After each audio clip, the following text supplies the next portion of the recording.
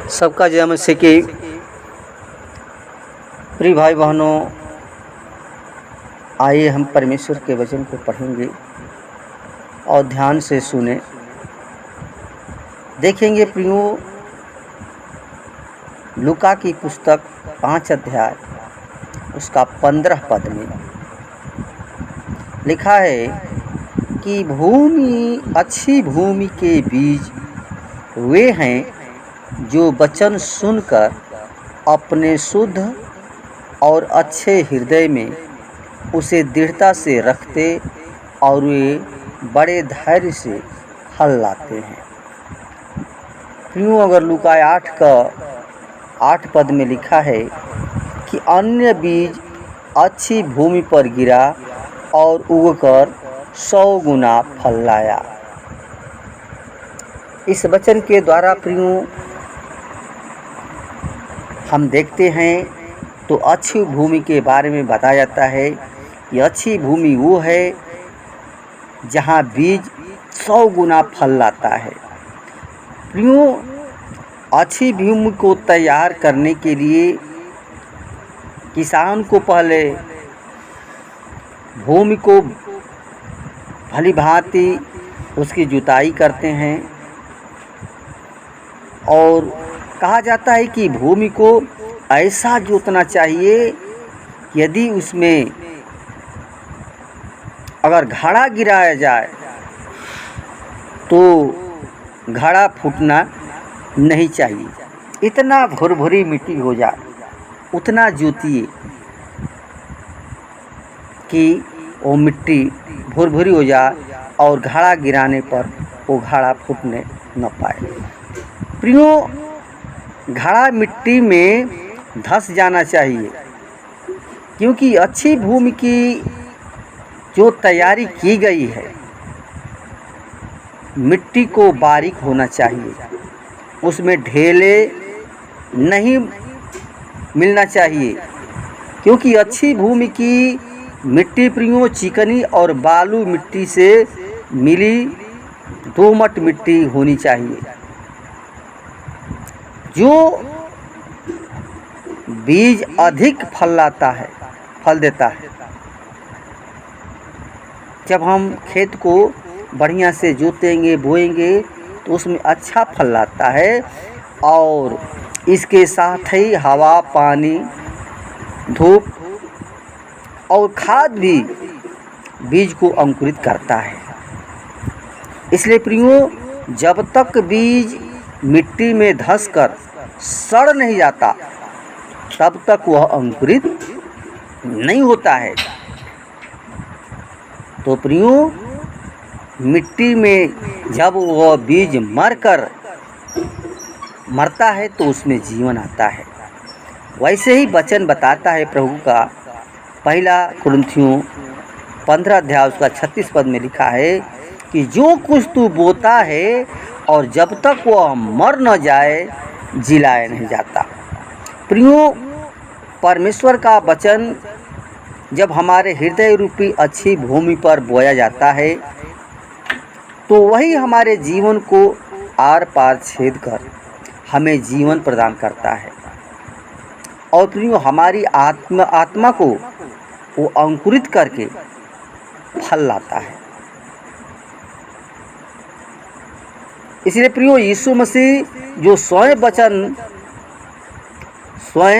वचन है और उसने कहा कि जो बातें मैंने तुमसे कही है वे आत्मा और जीवन है।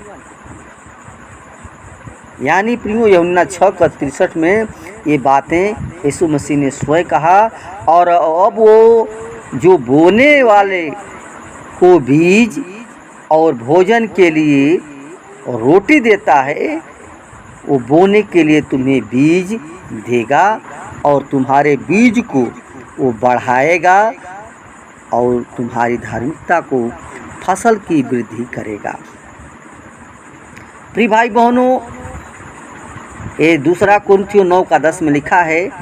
अगर हम देखते हैं पहला पत्रस 1 अध्याय उसका 23 पद में लिखा है, क्योंकि तुमने नाशवान नहीं परंतु अविनाशी बीज से अर्थात परमेश्वर के जीवित तथा अटल वचन द्वारा नया जन्म प्राप्त किया है।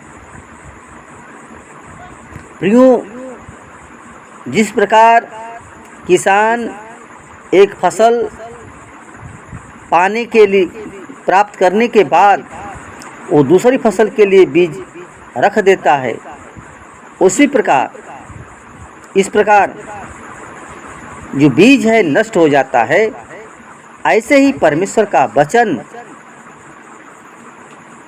नष्ट नहीं होता है, किंतु वो फलता ही जाता है। और जब परमेश्वर का वचन जीवन में अंकुरित होकर के और मनुष्य को नया जीवन प्रदान करता है, तो नया जन्म पाता है। और जो नया जन्म पाता है वो कभी चुप नहीं बैठता है, क्योंकि वो अपनी साक्षी दूसरों को दे करके और दूसरों को भी परमेश्वर के पास लाता है। प्रियो, इस प्रकार हम परमेश्वर का वचन हमारे जीवन में वही फलता है। और जिस प्रकार जब घड़ा जब पानी में भर जाता है तो पानी बाहर से छलकने लगता है, उसी प्रकार परमेश्वर का वचन जब मनुष्य जब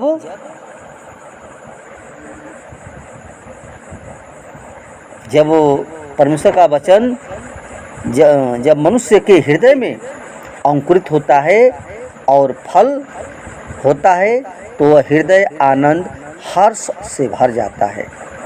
फिर प्रियो, वह व्यक्ति आनंद से उत्साहित होकर के और दूसरों को यह आनंद को बांटता है, क्योंकि यिर्मयाह 15 का 16 पद में लिखा है कि तेरे वचन पाकर मैंने उन्हें खा लिया और तेरे वचन मेरे हृदय के लिए आनंद और हर्ष का कारण बने। प्रिय भाई बहनों, परमेश्वर का वचन जब हमारे हृदय में दृढ़ता से बना रहता है तो हमें पापों से वो शुद्ध करता है। इसलिए दाऊद कहता है भजन संहिता 119 के 1 पद में कि तेरे वचन को मैंने अपने हृदय में संचित किया है कि तेरे विरुद्ध पाप न करूं। प्रियो, परमेश्वर के वचन द्वारा हमारा जीवन पापों से बच करके और शुद्ध होकर वो फलवंत होता है। और परमेश्वर का वचन प्रियो एक हथौड़ा है जो मनुष्य के कठोर हृदय को तोड़कर और मुलायम बना देता है, और ऐसा सोना है जो आग में ताए जाने से वो निखार लगाता है। इसलिए प्रियो, हम उस परमेश्वर के उस वचन के जो हृदय में बोया जाता है उसको हृदय में बसाएं, जो हमारे जीवन को जीवन देता है। धन्यवाद प्रियो, वचन के द्वारा परमेश्वर सबको आशीर्वाद प्रदान करे। आमीन, आमीन, आमीन।